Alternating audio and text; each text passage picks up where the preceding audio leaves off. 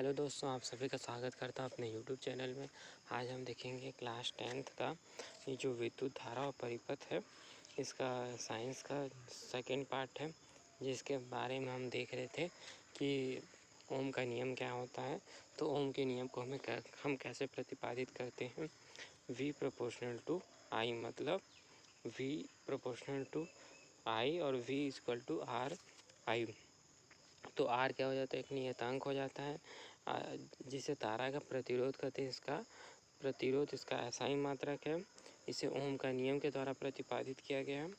अब फिर इसके बाद आगे देखते हैं कि किसी प्रतिरोधक से प्रभावित होने वाली विद्युत धारा उसके प्रतिरोध के व्युत्क्रमानुपाती होते हैं। मतलब इसको जो बोलते हैं व्युत्क्रमानुपाती बोलते हैं। समान विभवांतर वाले पर यदि प्रतिरोध दुगना हो जाए तो विद्युत धारा आधी रह जाती है। व्यवहार में कई बार किसी विद्युत परिपथ में विद्युत धारा की घटना या बढ़ना आवश्यक हो जाता है। स्रोत की वोल्टता में बिना कोई परिवर्तन किए प्रतिरोध की विद्युत धारा को नियंत्रित करने के लिए हमें परिवर्ती प्रतिरोध उपयोग कर, मतलब जो विद्युत धारा को नियंत्रित करने के लिए हम जिसका उपयोग करते हैं वो परिवर्ती प्रतिरोध है। इस युक्ति को धारा नियंत्रक भी कहते हैं। फिर देखते हैं आगे धारा, प्रतिरोध व चालकता। घरों के विद्युत परिपथ में प्रयोग लाने वाले तार की लंबाई और मोटाई पर हमें क्या देना चाहिए, विशेष ध्यान देना चाहिए। किसी विद्युत परिपथ में बहने वाली धारा केंद्र विद्युत विभव पर नहीं परंतु परिपथ में उपस्थित धारा प्रतिरोध पर निर्भर करती है। किस पे निर्भर करती है, परिपथ में धारा प्रतिरोध पर निर्भर करती है। समान मोटाई के लंबाई तार का प्रतिरोध छोटे तार की अपेक्षा अधिक होता है और समान लंबाई के मोटे तार के प्रतिरोध पतले तार की अपेक्षा कम होता है। एक तो अधिक होता है और एक कम होता है। परिपथ में मोटे एवं कम लंबाई के तार से धारा के प्रभाव आसानी से हो सकता है। किसमें, मोटे और कम लंबाई वाले में। तो घरों में जो प्रयोग करते हैं विद्युत धारा की लंबाई और मोटाई पर हमें विशेष ध्यान देना चाहिए। अब आगे बताया गया है कि चालक तार के पदार्थ की प्रकृति पर, मतलब जो नाइक्रोम है, कॉपर है, स्टील है, इसके जो लंबाई और मोटाई के तार लें, एक तार करके परिपथ को जोड़ें। किसी तार का प्रतिरोध सबसे अधिक हो, किसी तार का सबसे कम हो, तो R proportional to I L हो जाएगा। R proportional to I L upon A हो जाएगा। फिर जो रो है अनुपातिक स्थिरांक है जिसे चालक की प्रतिरोधकता कहते हैं। यहाँ पे जो रो है उसे चालक की प्रतिरोधकता कहते हैं। प्रतिरोधकता का SI मात्रक ओम मीटर है। यह किसी पदार्थ का अभिलाक्षणिक गुणधर्म है। क्या है, अभिलाक्षणिक धातुओं की और मिश्र धातुओं की प्रतिरोधकता कितनी होती है, अत्यंत कम होती है। जो धातु होते हैं और मिश्र धातु क्या होते हैं, जो कई धातुओं से मिलकर बने होते हैं, उनकी जो प्रतिरोधकता है हमेशा कम होती है। 10⁻⁻8 ओम मीटर से लेकर 10⁻⁻6 ओम मीटर तक है। इसलिए ये विद्युत के अच्छे चालक होते हैं। शुद्ध पदार्थ की प्रतिरोधकता ताप बढ़ाने पर बढ़ जाती है और कम करने पर कम हो जाती है। मिश्र धातु जैसे नाइक्रोम, मैग्नीज आदि की प्रतिरोधकता ताप पर निर्भर करती है। जो मिश्र धातु होते हैं उसका एग्जाम्पल है नाइक्रोम। नाइक्रोम क्या होता है, 2-3 चीज़ों से मिलकर बना होता है, इसलिए उसकी प्रतिरोधकता किस पर निर्भर करती है, ताप पे। ताप को बढ़ाएंगे तो बढ़ेगा, घटाएंगे तो घटेगा। मिश्र धातु का उपयोग विद्युत इस्त्री प्रेस करने, टोस्टर आदि समान विद्युत तापन युक्ति के निर्माण में किया जाता है। विद्युत बल्ब के तंतुओं का निर्माण टंगस्टन धातु से किया जाता है ना। जो बल्ब आते थे पहले, अभी भी आते हैं, जो 100 वाट का रहता है, उसमें टंगस्टन धातु का प्रयोग होता है। इसका प्रतिरोध एवं गलनांक क्या होता है, उच्च होता है। कॉपर और एल्युमिनियम का उपयोग विद्युत संचरण के लिए उपयोग होने वाले तारों का निर्माण किया जाता है। कॉपर और एल्युमिनियम के तारों का। किसी पदार्थ की विद्युत प्रतिरोधकता तो उसकी लंबाई और अनुप्रस्थ काट के क्षेत्रफल पर निर्भर नहीं करती, केवल किस पर निर्भर करती है, पदार्थ की प्रकृति पर। यदि हम ऐसा तार लें जिसकी लंबाई एकांक हो और जिसका अनुप्रस्थ काट का क्षेत्रफल भी एकांक हो तो R बराबर रो L अपन A। अतः एकांक लंबाई तथा एकांक अनुप्रस्थ काट का क्षेत्रफल वाले तार का प्रतिरोध ही उस तार की प्रतिरोधकता कहलाती है। फिर विद्युत प्रतिरोधकता किसी विद्युत की चालकता के व्युत्क्रमानुपाती होती है और जिन पदार्थों का प्रतिरोध कम होता है वह अच्छे चालक होते हैं और जिनका अधिक होता है वे कम चालक होते हैं। कोई भी पदार्थ पूर्ण रूप से शुद्ध चालक अथवा विद्युत रोधी नहीं होता। बढ़ती चालकता व घटती प्रतिरोधकता के आधार पर पदार्थों को यहाँ पे क्या है दर्शाया गया है। एक एग्जाम्पल बताया गया है कि यदि 8 ओम प्रतिरोध वाले तार को पिघलाकर एक ऐसा तार बनाया जाए जिसका क्षेत्रफल पहले से दुगना हो जाए तो इस नए तार का प्रतिरोध कितना होगा। तो R इक्वल टू क्या दिया 8 ओम दिया। प्रतिरोध बराबर कितना हो जाता है प्रतिरोधकता गुणित तार की लंबाई की तार का अनुप्रस्थ काट का क्षेत्रफल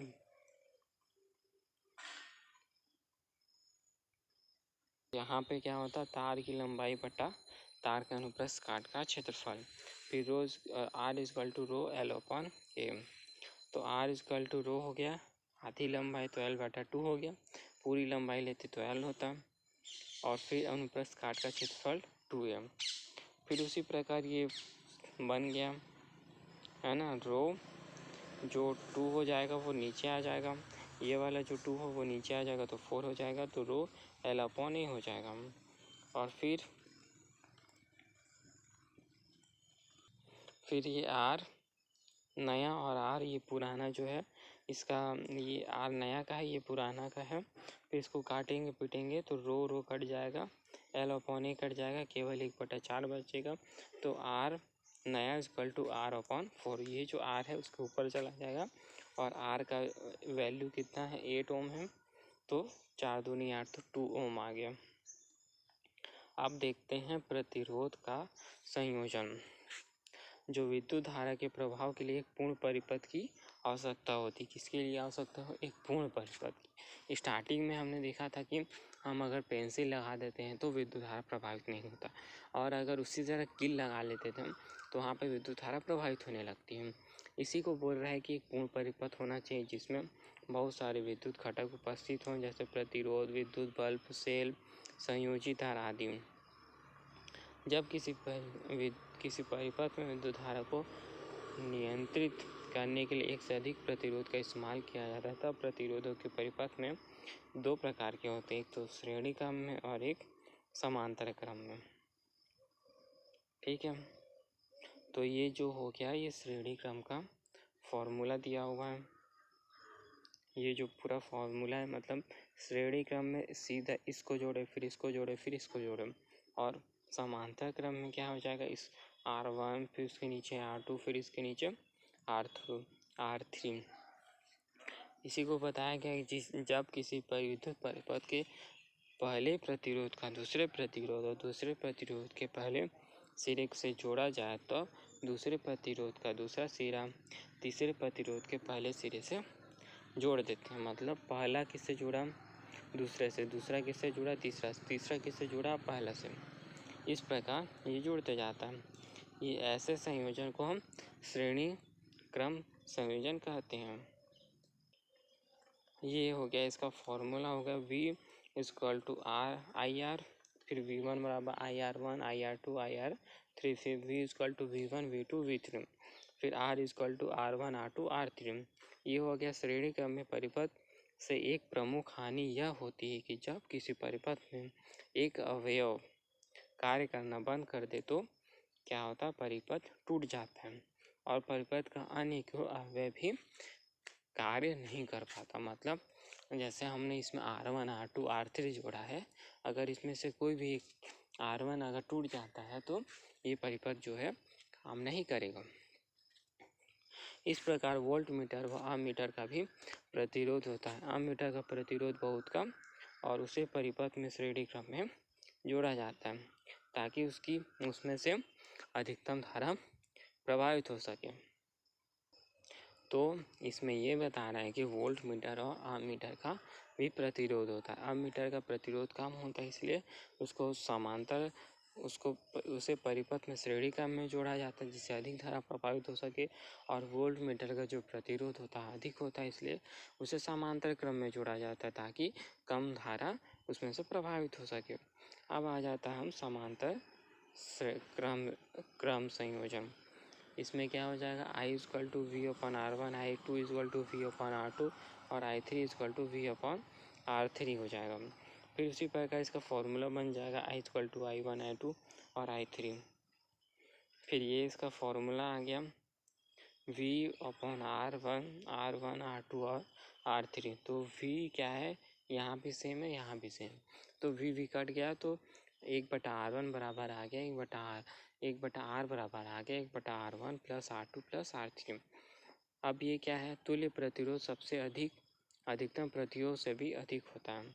जो श्रेणी क्रम में तुल्य प्रतिरोध है सबसे अधिकतम प्रतिरोध से भी अधिक होता है, लेकिन समांतर क्रम संयोजन में तुल्य प्रतिरोध न्यूनतम प्रतिरोध से भी कम होता है। अब ये क्या है, किरचॉफ का नियम है, I equal to I1 I2 I3। अब फिर पूरा इधर आ गया तो इक्वल टू 0 लिख दी, फिर इसको भी ऐसे ही बना लिया। अब क्या बोलता है किरचॉफ का नियम, किरचॉफ के नियम के अनुसार किसी बिंदु पर आने वाली धाराओं का बीजगणितीय योग उस बिंदु से जाने वाली धाराओं के योगफल के बराबर होता है। क्या बोलता है, किसी बिंदु पर आने वाली धाराओं का मतलब जैसे किसी बिंदु पर अगर धाराएं आ रही है तो बीजगणितीय योग के उस बिंदु से जाने वाली धाराओं के योगफल के क्या होगा, बराबर होगा। परिपथ में किसी बिंदु पर धारा का संग्रहण नहीं होता बल्कि यह सतत प्रभावित होती है। अब हम जो वायर होता है उसमें क्या होती है, धारा हमेशा प्रभावित होती है, कहीं संग्रहित नहीं होती। यह नियम आवेग संरक्षण नियम के अनुकूल है। इस प्रथम नियम को संधि नियम या धारा नियम भी कहते हैं। ये एक सेकेंड एग्जाम्पल दिया हुआ है कि विद्युत परिपथ में निम्न प्रश्नों से उत्तर दीजिए। परिपथ का तुल्य प्रतिरोध और परिपथ में प्रभावित होने वाली कुल धारा। तो ये इसका फॉर्मूला हो गया 1/R बराबर 1/R2 और प्लस R3, और R2 R3 का वैल्यू दिया हो 8 और 12, तो यहाँ पे पुट कर दिए। फिर 8 और 12 का LCM निकाल दिए, फिर 24 आ गया, फिर इसको निकाल के 5/24 हो गया, फिर इसको डिवाइड कर दिए तो कितना आ गया 4.8 ओम। अब नए परिपथ के अनुसार तुल्य प्रतिरोध, अब क्या हो गया, R equal to R1 plus R, 7 और 4.8 को प्लस कर दिए, ये जो नया वाला है उसके साथ तो कितना आ गया 11.8। फिर अब हम एक नया डायग्राम बना लिए जो 7 ओम 4.8 और ये 6 वोल्ट हो गया, तो वोल्ट की संख्या कितनी होगी 6, तुल्य प्रतिरोध 11.8। तो V ओम के नियम के अनुसार क्या होता formula, V equal to R है, तो I इक्वल टू क्या हो जाएगा V अपॉन R हो जाएगा। तो इसका वैल्यू पुट कर देंगे, फिर इसको डिवाइड कर दिए तो 0.508 एम्पियर आ गया। अब हम देखते हैं विद्युत धारा का तापीय प्रभाव। जब किसी चालक में विद्युत धारा प्रभावित किया जाता है तो उसमें कुछ विद्युत की हानि होती है। ये सभी परिपथों में होता है। ऊर्जा संरक्षण के नियम से जानते हैं कि ऊर्जा ना तो उत्पन्न होता है ना तो नष्ट होता है, ये केवल एक रूप से दूसरे रूप में रूपांतरित हो जाता है। जैसे विद्युत ऊर्जा का रासायनिक ऊर्जा, यांत्रिक ऊर्जा कई रूपों में रूपांतरित हो जाता है। विद्युत ऊर्जा की हानि उसमें ऊर्जा के रूपांतरित से हो जाती है। अब क्या हो गया, जो विद्युत ऊर्जा है वो रासायनिक ऊर्जा के रूप में रूपांतरित हो गई, मतलब बदल गई। विद्युत के इस प्रभाव को हम विद्युत धारा का उसमें यह तापीय प्रभाव कहते हैं। प्रतिरोध परिपथ का गर्म होना विद्युत धारा का उसमें प्रभाव। अब जूल का तापन नियम, जूल का तापन नियम क्या हो जाएगा, H इक्वल टू VIT हो जाएगा। इसके अनुसार जो H होगा ऊष्मा हो, धारा क्या है I के अनुक्रमानुपाती होती है। ऊष्मा और R प्रतिरोध के अनुक्रमानुपाती होती है, और प्रतिरोध में धारा प्रभावित करने से T के अनुक्रमानुपाती होती है। अब विद्युत शक्ति क्या होती है, वह दर जिस पर विद्युत ऊर्जा किसी अन्य प्रकार की ऊर्जा में रूपांतरित होती विद्युत शक्ति कहलाती है। विद्युत ऊर्जा क्या होती है? किसी अन्य ऊर्जा में रूपांतरित होती है। कार्य करने की दर को शक्ति कहते हैं। विद्युत शक्ति विद्युत धारा और विद्युत विभवांतर के गुणनफल होती है। विद्युत धारा विद्युत शक्ति विद्युत धारा और विद्युत विभवांतर के गुणनफल होती है। किसी विद्युत परिपथ में ऊर्जा हानि की दर को भी विद्युत शक्ति कहते हैं। अब किसी परिपथ में अगर ऊर्जा की हानि भी हो रही है तो हम क्या कहेंगे? विद्युत शक्ति। विद्युत शक्ति को P से डिनोट करते हैं। फिर ये इसका फॉर्मूला हो गया P = V/T या VI। फिर H = I² RT या V = IR। 1 किलोवाट बराबर क्या होता है? 1 यूनिट होता है। 1 यूनिट बराबर 1000 वाट इंटू 1 घंटा। अब ये तीसरा एग्जाम्पल दिया हुआ है। एक घर में प्रतिदिन 60 वाट के 4 बल्ब और 80 वाट के 2 पंखे और 10 घंटे के लिए चलाए जाते हैं। तो इस एक महीने में 30 घंटे में 30 दिनों में खर्च होने वाली बिजली का मूल्य कितना होगा? तो ये क्या लिख दिया हम पहले? तो 4 × 60 4 × 30 मतलब 30 दिन है। और बाकी ये जैसे 60 वाट 4 बल्ब 4 घंटे ये हो गया। और फिर इसको 1000 से डिवाइड कर दिए, कितना आ गया? 28.8 यूनिट। फिर उसी तरह इसका निकाल दिए पंखे का। तो 80 × 2 × 10 × 30/1000। 30 दिन का निकालना है इसलिए हम 30 से डिवाइड किए। 60 दिन का निकालना रहता है तो 60 से डिवाइड करते। फिर इसका कितना आ गया? 48 यूनिट। ये दोनों को प्लस कर देंगे तो कितना आ गया? 76.8 यूनिट। फिर अब प्रति यूनिट कितना बिल मतलब 2 रुपये मिल रहा है प्रति यूनिट, 3 रुपये 4 रुपये ऐसा कुछ भी करके हम निकाल सकते हैं। तो 2 का मल्टीप्लाई किससे कर दिए? 76.8 से। तो कितना आ गया? 153.6 आ गया। इसी तरह हम और भी इसे क्वेश्चन बना सकते हैं। और इसका अब मान के चलिए इसमें AC कूलर फ्रिज सबको ऐड करके हम इसका अलग अलग करके निकाल के प्लस करके फिर इसको मल्टीप्लाई कर देंगे तो आ जाएगा।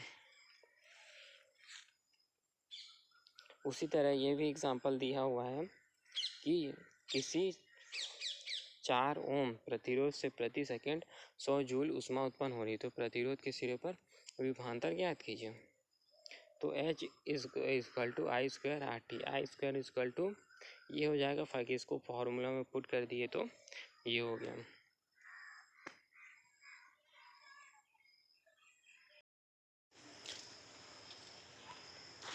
इसमें क्या करना है? H = दिया 100, R = 4 ओम और T = 1, V का हमें वैल्यू निकालना है। तो H बराबर क्या होता है?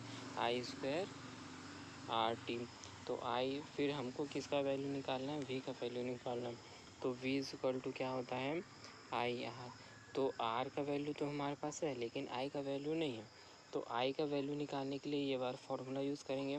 फिर I² बराबर क्या हो जाएगा? H = H/R × T। तो अगर I² में दिया हुआ है तो इसका मतलब है कि जो आगे वाला रहेगा वो करनी में रहेगा या अंडर रूट में रहेगा। तो H का वैल्यू होगा 100 और R का वैल्यू होगा 4, T का वैल्यू हो गया 1। तो 4 से 100 को क्रॉस करेंगे तो 25 आएगा। 25 का अगर LCM निकालेंगे तो 5 होता है। तो 5 हो गया। 5 × 4 कर दिए तो कितना आ गया? 20। बल्ब में तंतु टंगस्टन धातु की लंबी एवं पतली तार का बना होता है। बल्ब के अंदर यह तंतु ऐसी आभाषिक होता है कि यह बहुत छोटा होता है, केवल कुछ इंच लंबाई का, परंतु वास्तव में इसकी लंबाई कुछ फीट होती है। फिर जिसे तंग कुंडली में बनाया जाता है। अब हम देखते हैं कि घरेलू विद्युत परिपथ कैसा होता है। हमारे घरों में जो विद्युत शक्ति का आपूर्ति होती है मुख्य तारों में से होती है। यह हमारे घरों में 3 तारों वाले वायरिंग के जरिए पहुंचती है। लाल, नीला और हरा रंग। लाल रंग क्या करता है? विद्युतमय तार कहलाता है। नीला उदासीन कहलाता है और हरा भूसंपर्क तार होता है। हमारे देश में विद्युतमय तार एवं उदासीन तारों के बीच का विभवांतर 220 वोल्ट होता है। भू संपर्क तार मोटा तांबे का बना होता है। किसका बना होता है? मोटा तांबे का बना होता है, जिसे तांबे की एक पट्टी में से जोड़कर भूमि में गाड़ दिया जाता है। उसे अर्थिंग भी बोलते हैं।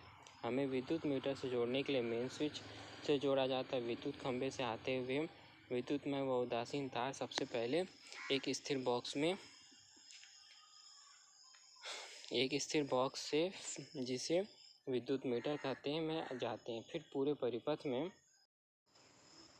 परिपथ में अति भार तथा लघु पतन से लगने वाले आग से बचने के लिए फ्यूज के साथ श्रेणी क्रम में जोड़ा जाता है। फ्यूज तार इसीलिए लगाते हैं ताकि अगर ज़्यादा वोल्टेज होने लगे तो वो तार क्या होती है, उसका परिपथ टूट जाता है, जिससे विद्युत धारा आगे प्रभावित नहीं होता और वो घरों में आग लगने से बच जाती है।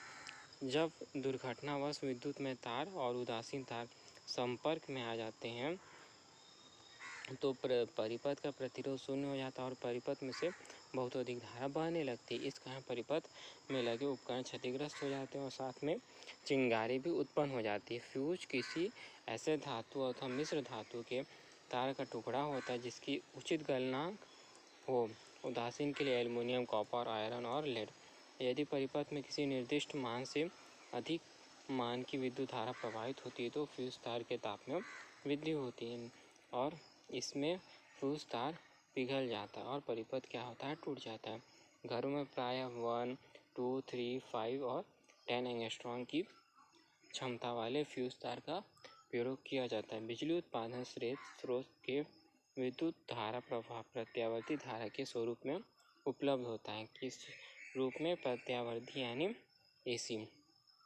इस प्रकार की विद्युत धारा के प्रवाह की दिशा निरंतर बदलती रहे। इसे अल्टरनेटिव करंट बोलते हैं या AC बोलते हैं। घरेलू उपकरण में 5 एंगस्ट्रॉम और औद्योगिक के लिए 15 एंगस्ट्रॉम की प्रत्यावर्ती धारा की आवश्यकता होती है, जिसकी आवृत्ति 50 हर्ट्ज होती है। सेल और बैटरी से उत्पन्न होने वाली धारा का वह स्वरूप जिससे दिशा नियत रहती है, आवृत्ति 0 हर्ट्ज होती है। इसे DC कहते हैं। जो DC होता है डायरेक्ट करंट और AC होता है अल्टरनेटिव करंट। अब हमें विद्युत परिपथ में क्या क्या सावधानी बरतनी चाहिए विद्युत का प्रयोग होने के। तो स्विच और प्लग को कसा हुआ जोड़ना चाहिए। उचित विद्युत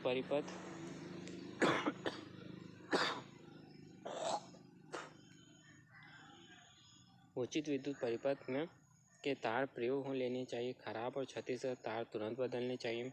आग लगने या घटना होने के परिपथ में स्विच को तुरंत बंद कर देना चाहिए।